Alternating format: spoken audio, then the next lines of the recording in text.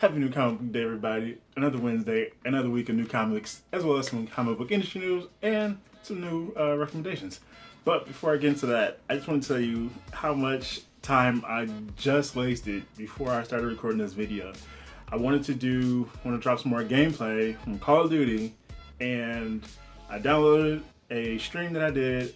I cut off a bunch of the footage that I didn't want, and I uploaded it. Sat and doing some other stuff and trying to get that down, and as it was finished processing, I realized it was the wrong fucking file. I didn't realize it until it was almost done fully processing. I was wondering, why is this so long? It's not what, and I selected the wrong file to upload. So I wasted all that time. I I just couldn't believe it. It was just incredible. So I had to just delete that file. I'm gonna re-upload the correct one at a later date and just go from there. I was just done. Like, wash my hands of this. I don't have time for this. I'm done. I need to get to my new Comic Day Blast video. So screw this Call of Duty file. We'll do that later. So now let's get into some comic book stuff. So I didn't get to touch on this one because I didn't drop a video the last 2 days, and I had already recorded my Friday video at some point before I got the news, or around the time I got the news, and I didn't include it in there. So rest in peace, Diddy O'Neil, a comic book legend and just a force in comics creativity. Green Arrow, Batman, even done some Marvel stuff that I didn't know about myself. So that was kind of interesting to see. But a lot of people just go on social media if you hadn't, and you kind of just see people sharing their stories of Dennis's impact on them as creators, just their creative works and imaginations, and like personal lives. A lot of people, obviously, creatives and friends with him and fans who've met him over the years. So rest in peace, Diddy O'Neil. If you ever met him, let me know in the comments below what the interaction was like. What are some of your favorite Diddy O'Neil stories? And yeah, just share in the comments below. One of the news stories I want to talk about is City Comicon, owned by ReedPop now, has officially canceled Emerald City 2020, the 2020 show, which had previously been postponed from, I think, March. And yeah, it was March. And postponed from then and moved into a summer date, which was July or August. It was somewhere between, it could have been August.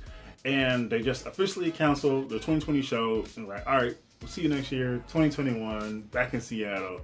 And giving credit for making that decision, like, good call.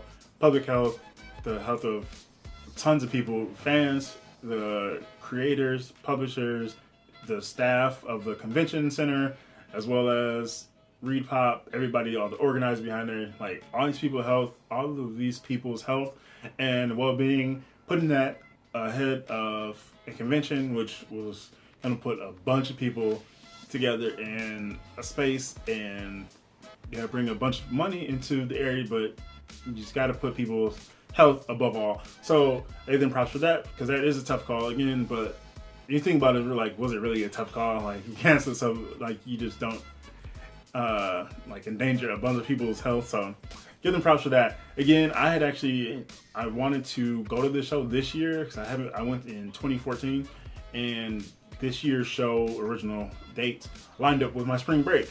So I was like, all right, I can go out there that weekend, and then I have spring break, like, as the show ends. So I could even spend another day out there, another day or two. I was looking at the dates, flights, hotels, planning all this stuff, but it just didn't end up working out. And and all this stuff was COVID was kind of coming out. So I was like, all right.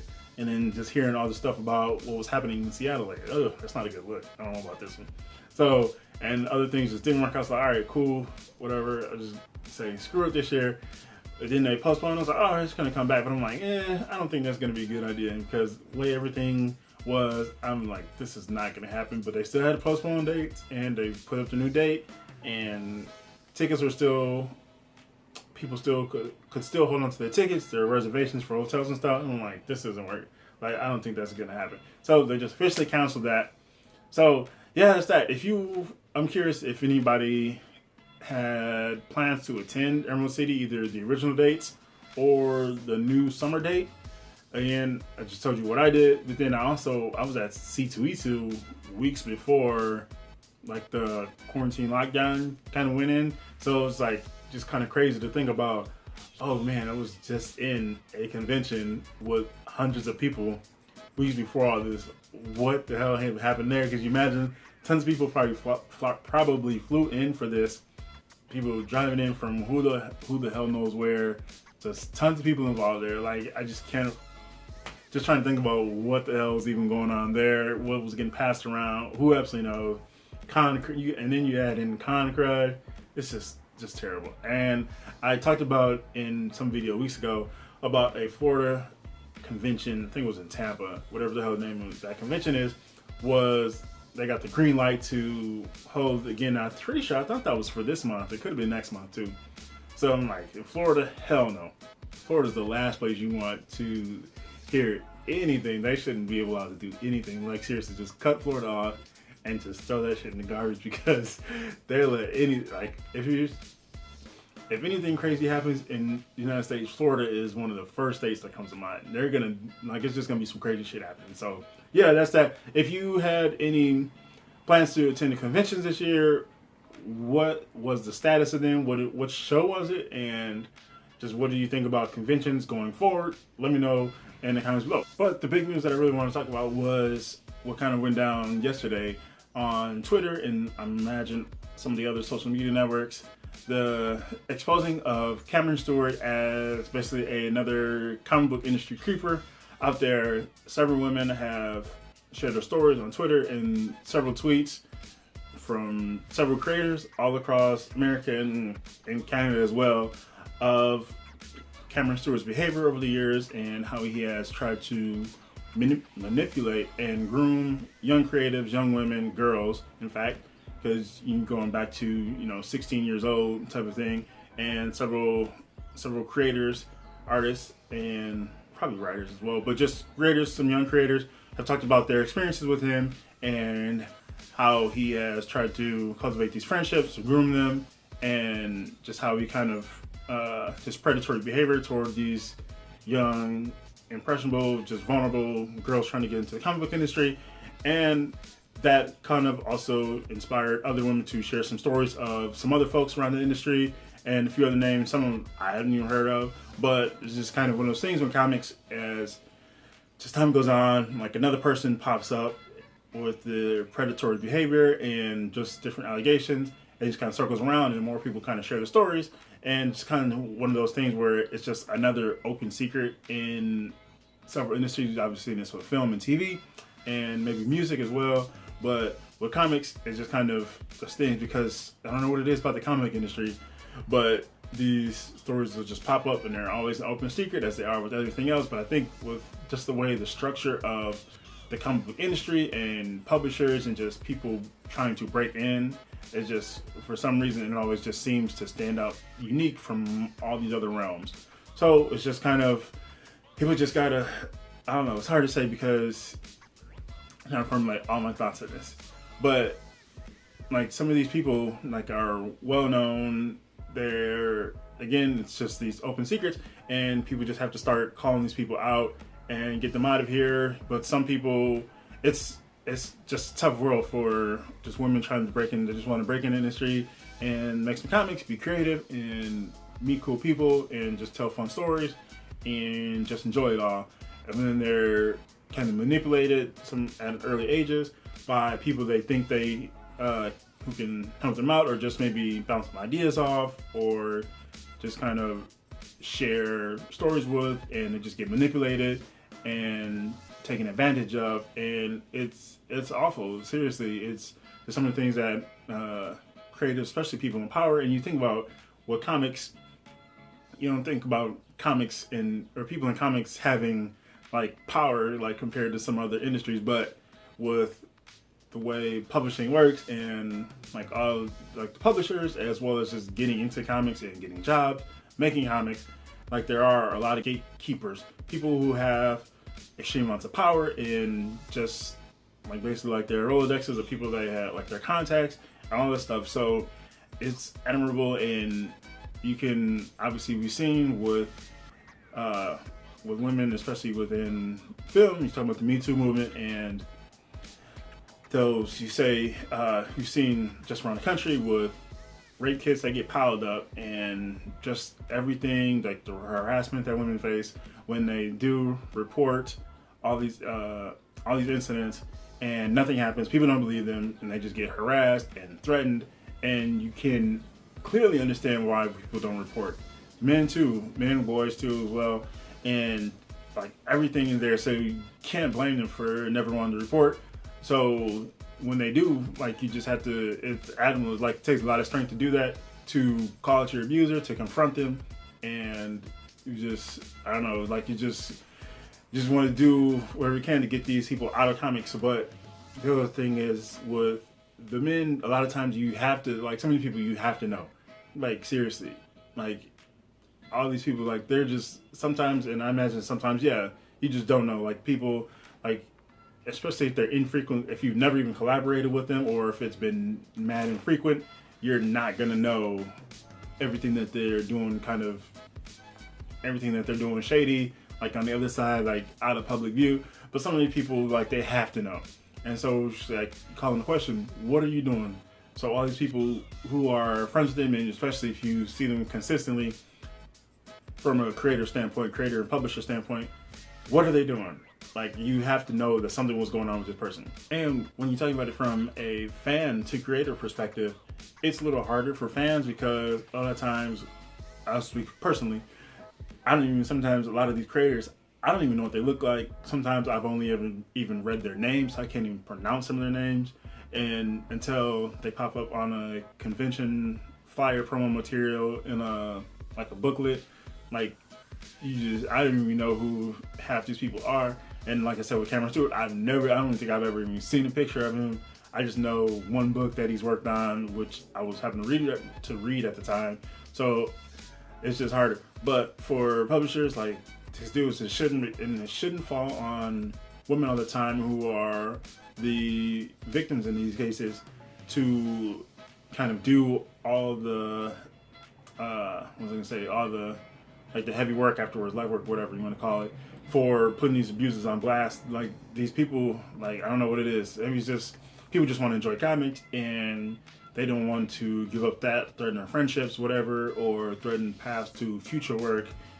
But you gotta do something, because it shouldn't be, you shouldn't have, or like these young creatives who just want to come in comics and tell fun stories and just work and just craft things, they shouldn't have to be vulnerable and have to worry about who can they trust, who can they not trust, and rely on, like, little whispers, oh, hey, don't go with this person at conventions, don't go hang out with this person, blah, blah, blah, that type of thing. Like, it shouldn't fall on that. Like, people start calling out, like, the dudes should, if you know these people, like, start calling them out, start checking them on their behavior. And yeah, I talked about this, I remember years ago I made a video, we were talking about harassment in the comics industry, and yeah, there's something that just has to be done with this. I don't know. I'm a small YouTuber, just a dude who makes videos, who likes comics. And so just use my platform to just put that out there, and I don't know, maybe reach people, who knows what the hell happens. But another thing with that is, people are talking about, like, creatives not wanting to lose their friendships, blah, blah, blah. People talk about, what's deconstruction, separating a person from their work. Now, separating a person from the art in this case. And you have to, you always want to say, oh, well, this person, if you like something that a person did for however many years or whatever many projects, and then you find out that they were a complete piece of shit the entire time, like behind the scenes, and it feel like it would be disingenuous to say, oh, well, blah, blah, blah, they were always trash. But if you liked them, just admit that you like something that a terrible person made. Like, seriously, I think about the Cosby Show, and it would be completely disingenuous for me to say, oh yeah, the Cosby Show was trash, because I liked that shit when I was younger. And yeah, Bill Cosby's a complete asshole. But it just doesn't take away that you can be like, all right, I'm not gonna engage with that work anymore. Absolutely, yeah.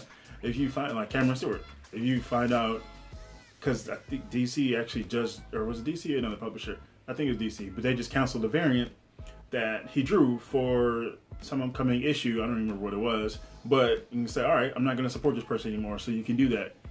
I think of Rock Upchurch, who was actually, his name is John Upchurch, who was one of the original creators of what was the hell? I don't remember. Rat Queens, which was a fantastic book with Curtis Weed, and all this stuff with Rock Up Church, domestic violence, all this stuff came out, and he was like, all right, so you can, in the, you know, the other issue is now it impacts the rest of the creative team's work and everybody who's getting paid off their book, but you got to make that decision. I'm trying to think of, I know Brian Wood is another one, and the only thing I have from him, I stopped messing with his work too, but all I had from him was his X-Men book. It was, what was that? I don't even know how long ago that was. And like that one started with Olivier Coipel, and like all that stuff kind of happened, but I think that one actually came back around, and I hadn't heard about it again, and he was taken out, or he was no longer on the book.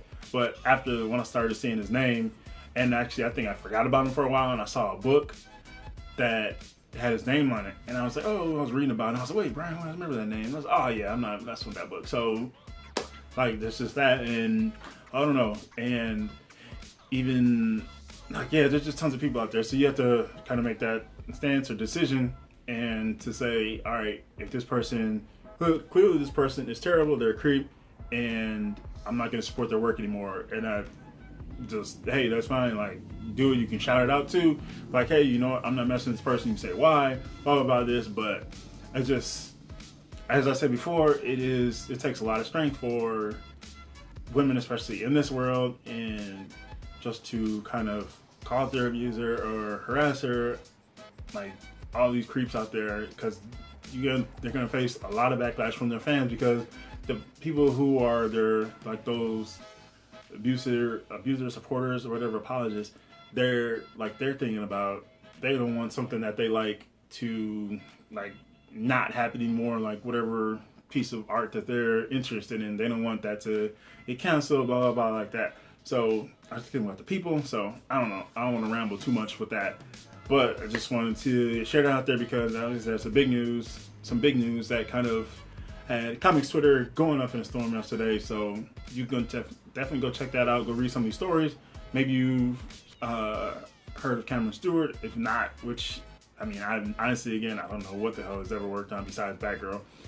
But there's, as I talked about, with the fan to creator perspective, and I think there have been some incidents in the past where creepy creators have actually gone after fans for like just like harassing fans and getting into just all type of crazy stuff. But again, let's go check Twitter and go look up Cameron Stewart and just kind of see some of these stories and see some of these reports and see what's going to happen with that. But if you have heard of Cameron Stewart, have you ever met him? What has your interactions been like? Have you ever read any books from him? I'm definitely just curious to see what the hell else he's even done. So we'll leave it at that. And in a complete change of gears, I want to drop some recommendations. I won't dwell too long on these, but there's a lot of cool books out here today that I want to throw out there for you. Maybe you want to add some to your bookshelf, because I imagine some of these are going to be some absolute gems.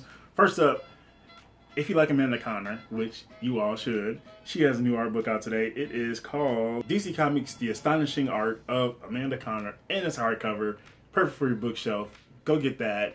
Amanda Conner, just fantastic artist and a cool person. I met her once or twice, I don't know, many years ago. Her and Jimmy Palmiotti, fantastic creative team and cool ass people. Go get that. You like art books, you want Amanda Conner on your shelf. Another trade from DC, Catwoman Volume 3. Friend or Foe, go pick that up. We have Wonder Woman 757. From IDW, you got G.I. Joe 272, A Real American Hero. And another book, indie book that I like, Canopus, 3rd issue is out today. Definitely recommend that. Like sci-fi, just like all these publishers out there, there's like these indie publishers doing a lot of cool stuff, telling a lot of interesting stories. Scout Comics is one of them. Aftershock as well. Boom, always dropping cool stuff. Vault, tons of these like smaller publishers. If you're looking for newer stories, definitely go check them out. Again, Canopus number 3 out today, so go check that out. That is that. Swano drops the news today. Again, rest in peace, Dennis O'Neil, and Emerald City closing down shop for 2020 officially. Back 2021. Got the Cameron Stewart news out there, so fuck that guy. And a couple recommendations. So yeah, what are you looking forward to picking up this week? What do you think about the news? I need to drop a video on conventions going forward, because honestly, I have no idea. I tweeted that, oh yeah, I might perhaps go to Emerald City next year, but I have no idea if I'll ever even want to step foot inside another convention. I have absolutely no idea how that's going to go. We'll see. That's it for 2020. Obviously, next year we'll see what happens with vaccines and precautions and capacity limits for public spaces. I have absolutely no idea. But that's that. Comics. So, happy reading, happy hunting, happy collecting. This is GENOTHADRAGON. Thanks for watching, and peace out.